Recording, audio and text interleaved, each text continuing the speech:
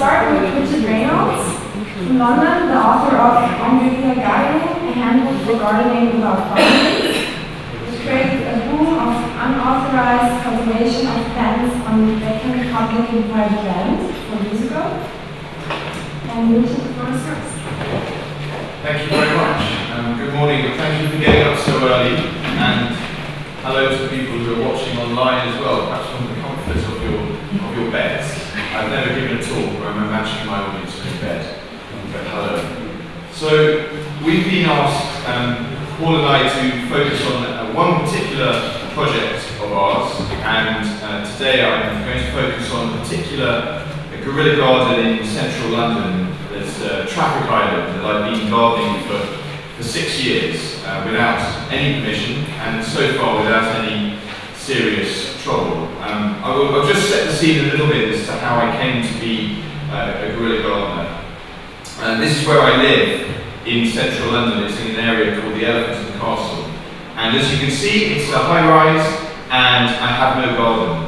I live here, and my motivation for guerrilla gardening was pretty simple. It was the frustrations of not having a garden, of living high-rise, and the scarcity of land around me, and yet right on my doorstep, neglected public land, which to me was both a frustration, an embarrassment, and a wasted opportunity, and something that I felt I could sort out, not something to complain about, something that I could have a lot of fun sorting out.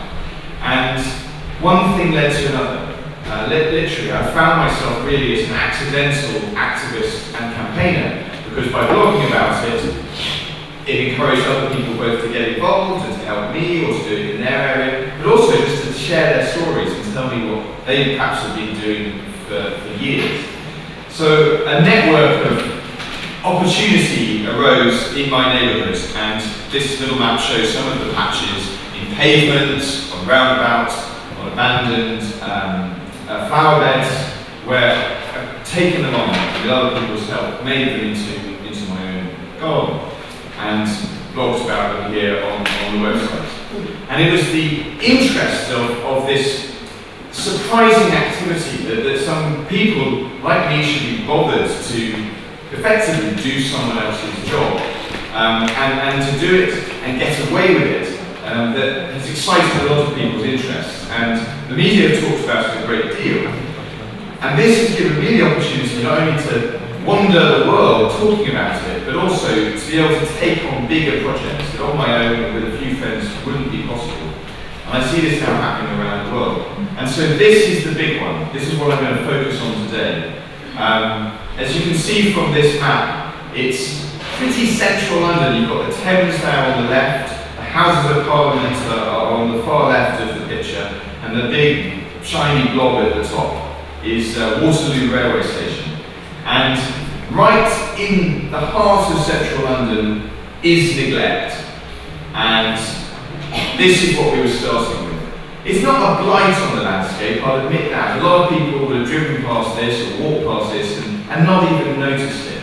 But to a gardener, this is the blank canvas. And 10 minutes from my home, a few minutes from where some friends live, we thought this could be an amazing landscape, and let's see if we can get away with it.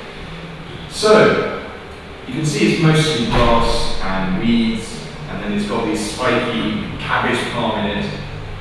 It's actually environmentally a pretty bleak landscape. This is the kind of thing that if someone was looking after it, they'd have to mow. I think there's a lot better for our environment than just having grass everywhere. So we dug it up over 4 nights with about 20 to 25 people each night, recruited through the website. And on the first night, I invited people to bring anything they liked. There's no master plan for this. Bring any plant.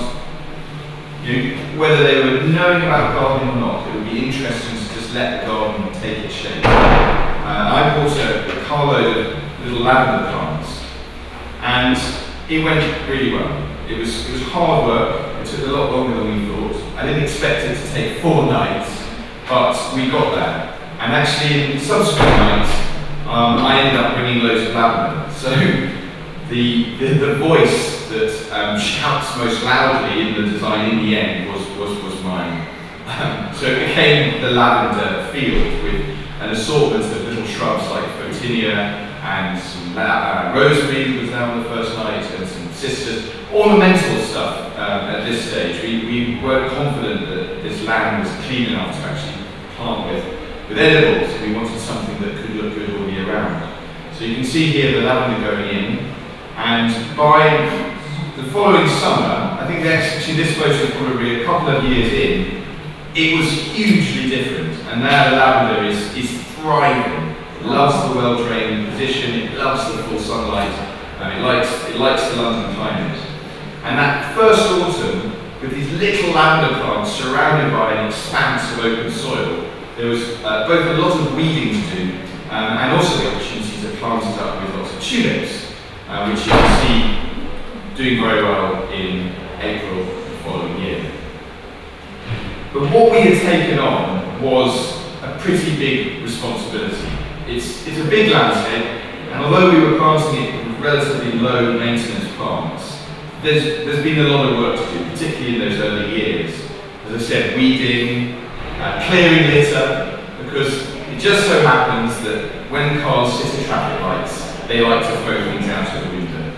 And I learned a lot about what drinks people enjoy, and you can tell whether the weather's been good or not, depending on how many bottles there are in the flower bed. But we didn't just find litter, we sometimes found notes. I found a couple of notes addressed to the urban gardeners, saying thank you. We found bottles of perfume, car keys, wallets. It's fascinating. As a guerrilla gardener, you've got to learn to love litter a bit. And you can see in this photo both weeding, and we planted an apple tree, and the harvesting of the lavender, which was something we hadn't planned for, but has become a really big annual event. And 3 years ago, we even had a group of Swedish cultural tourists from the Culture House in Stockholm came and helped harvest that day. And it's the gathering of people at this space, not just as workers, as gardeners, but as an opportunity to meet and chat and share and socialise, that was an unexpected benefit. You know, this is not what you would imagine a community garden looks like. A community garden traditionally has some kind of fence, some kind of clear management. This is just totally open. This is a garden in the community rather than a community garden, which means passers-by can very easily stop and chat and wander, sometimes even give us money as a way of saying thank you. And it's here that I actually met my wife, because one evening she came along to help out, and she enjoyed it, and she came back for more gardening, and one thing led to another, which meant that last April, whilst doing some weeding, I proposed to her here as well. And so to me, this guerrilla garden really is a fantastically important place, and a fertile place too, I hope.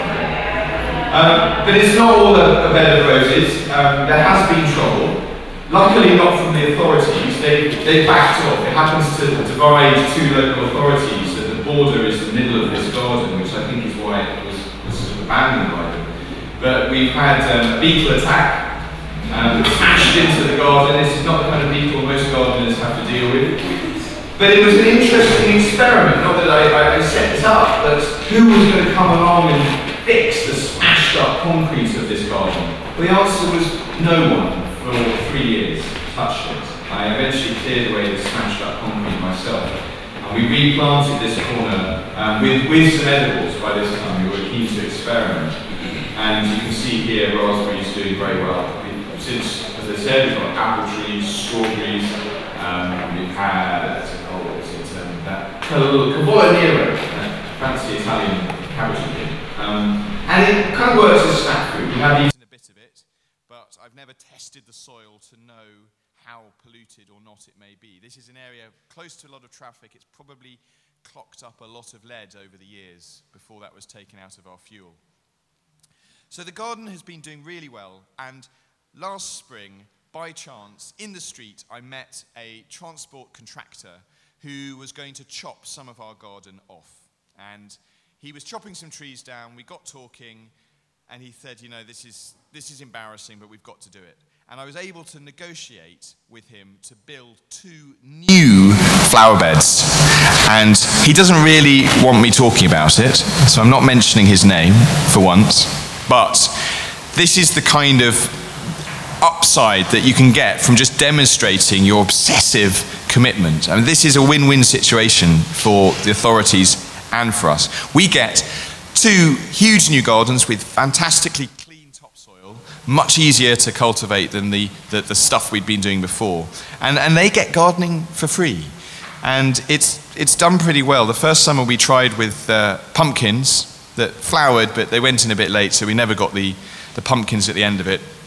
Added a lot more tulips that spring, and although I don't have the photo, it's now full of nature-friendly, bee-loving, you know, hollyhocks, more lavender, geraniums, gladioli. I'm not sure how friendly they are to the bees, but they look pretty good.